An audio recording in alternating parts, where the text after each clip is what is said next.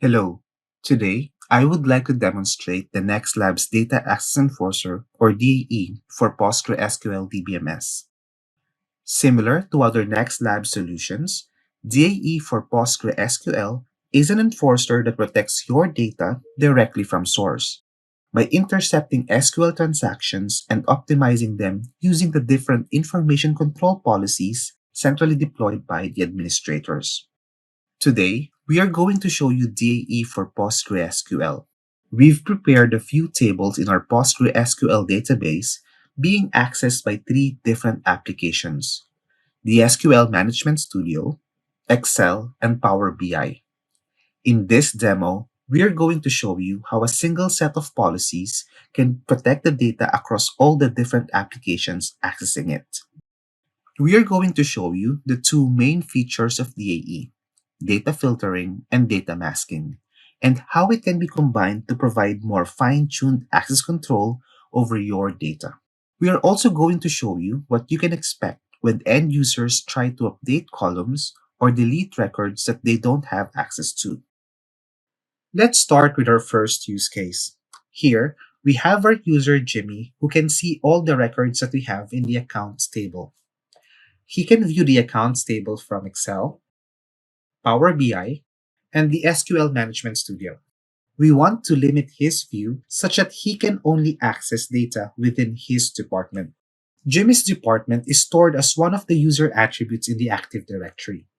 We've configured our control center to get attributes from the Active Directory so we can use them in policy evaluation. Here you can see Jimmy Carter's property. He is a product engineer working for SMDC, and he is part of the sales department. I am now deploying a policy that will limit Jimmy's access to the accounts table. This is an allow policy that targets users who are not managers and are accessing the accounts table. This policy will continue to give Jimmy access to the accounts table. However, we've specified a data filtering condition that specifies the criteria for which rows will be displayed to Jimmy. Here, the first parameter refers to the column in the table, which value must match Jimmy's department so that it becomes available to him. Now let's see Jimmy's new view. After deploying the policy, if Jimmy were to execute the same select statement, instead of seeing the original 9 rows, he now just sees 3 rows, and all of these are coming from the sales department. The same is true if we refresh his view in Excel. 3 out of the 9 rows are being displayed. And if we do that in Power BI, only 3 out of the 9 rows are displayed. Note that you are not limited to using the user's Active Directory attributes when making comparisons in the predicate condition. I have here an alternative policy that does exactly the same thing,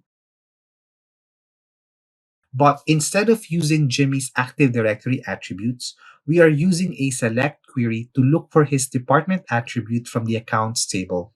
For this demo, we will only be using Active Directory attributes, but do note that you can evaluate conditions from various data sources, just like this example here.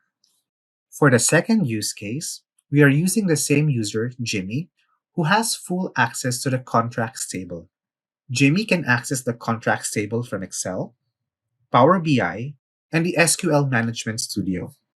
We want to limit his access and all of the non-managerial users so that the contract ID, amount, and statuses will be hidden for records that do not belong to them.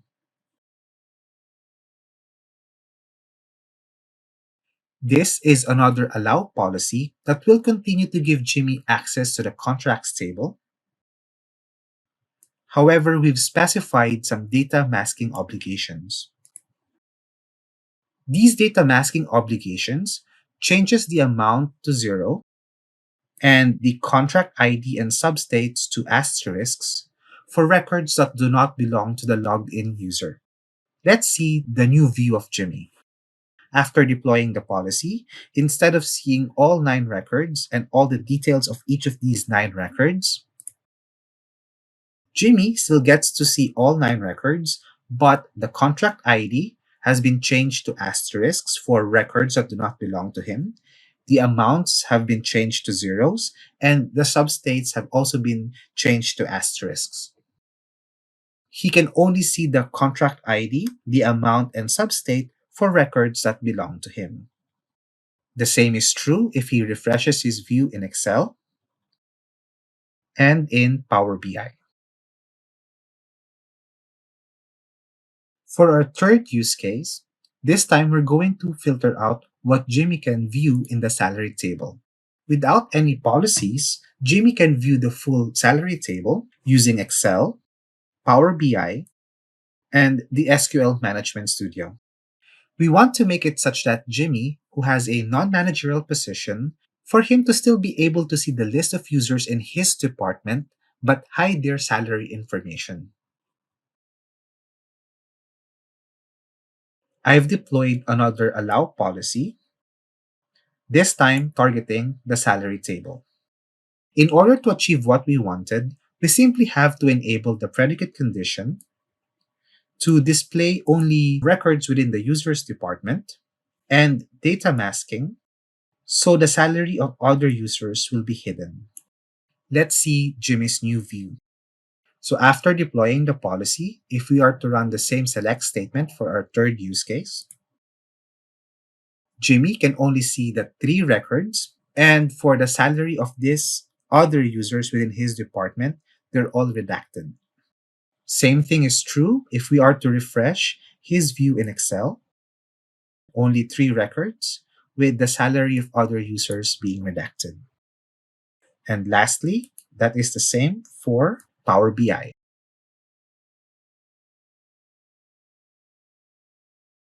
In our fourth use case, let's see what happens if Jimmy tries to update one of the redacted values. Because of the policy that we have deployed for our second use case, Jimmy has a redacted view of the contracts table, as you can see on your screen. Let's try to run this command where Jimmy is trying to update a record that belongs to John Lim. This is going to be the last row that we have in the table. He wants to modify the amount and the created date. Note that the amount is redacted for Jimmy, but he is able to see the created date. Before we execute the command, let's log in as a super admin. Let's take note of what the actual value of amount is. Right now it's 326, and the created date is 326, 2006. Now let's go back to Jimmy's view and run the update command. Okay, so 1 row was affected. Let's see the contents of the contracts table again. Of course, Jimmy has a redacted view, but you can see that the created date for John Lim has already been updated to 07/24/1989. Let's take a look at the amount. So for us to take a look at the actual value of the amount, we are going to log in as a super admin and let us view the contents of the contracts table.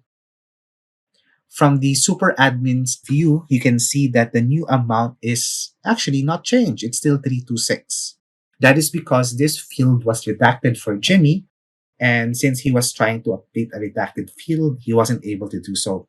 He was only able to change the created field because that was not redacted for him. In our fifth use case, we've deployed the policy that targets delete transactions.